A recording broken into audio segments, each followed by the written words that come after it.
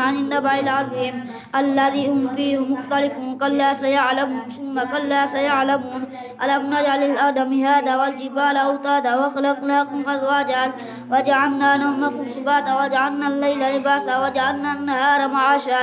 وبنينا فوقكم سبعا شدادا وجعلنا سراجا وهاجا وأنزلنا من المؤسرات ماء ثجاجا لنخرج به حبا ونباتا وجنات ألفافا إن يوم الفصل كان ميقاتا يوم ينفخ في الصور فتأتون أفواجا وفتحت السماء فكانت أبوابا وسيرت الجبال فكانت سرابا إن جهنم كانت مرصادا للطاغين مآبا لابسين فيها أحقابا لا يذوقون فيها بردا ولا شرابا إلا حميما وغساقا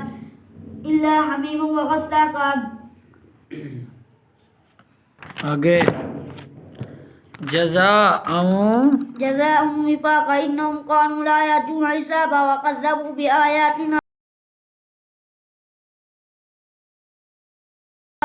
إلا عذابا إن للمتقين مفازا حدائق وأعنابا وكواعب أترابا وكأسا دهاقا لا يسمعون فيها لغوا ولا كذابا جزاء من ربك عطاء حسابا رب السماوات والأرض وما بينهما الرحمن لا يملكون منه خطابا يوم يقوم الروح والملائكة صفا لا يتكلمون إلا من أذن له الرحمن وقال صوابا ذلك اليوم الحق فمن شاء اتخذ إلى ربه مآبا يوم ينظر المرء ما قدمت يداه ويقول الكافر يا ليتني كنت ترابا بسم الله الرحمن الرحيم والنازعات غرقا والناشطات نشطا والسابحات سبحا فالسابقات سبقا فالمدبرات أمرا يوم ترجف الراجفا تتبعها الرادفا قلوب يومئذ واجفا أبصارها خاشعا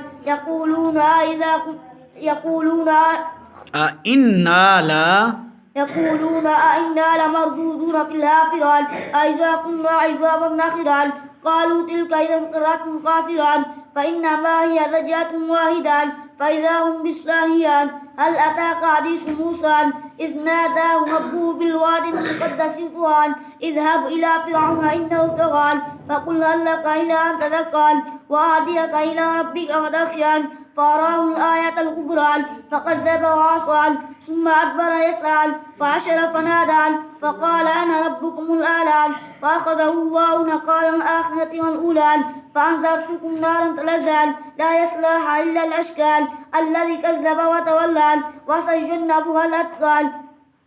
क्या पढ़ता बेटी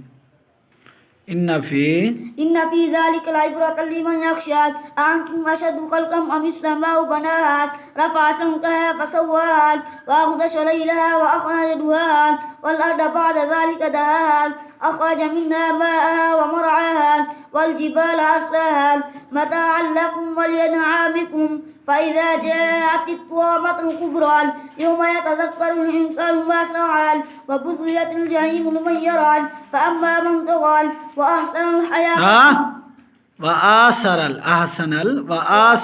وأحسن الحياة الدنيا فإن الجحيم هي المأوى وأما من خاف مقام ربه ونهى النفس عن الهوى فإن الجنة هي المأوى يسألونك عن الساعة أيان مرساها فيما أنت من ذكراها إلى ربك منتهاها إنما أنت منذر من يخشاها كأنهم يوم يرونها لم يلبسوا إلا عشية أو ضحاها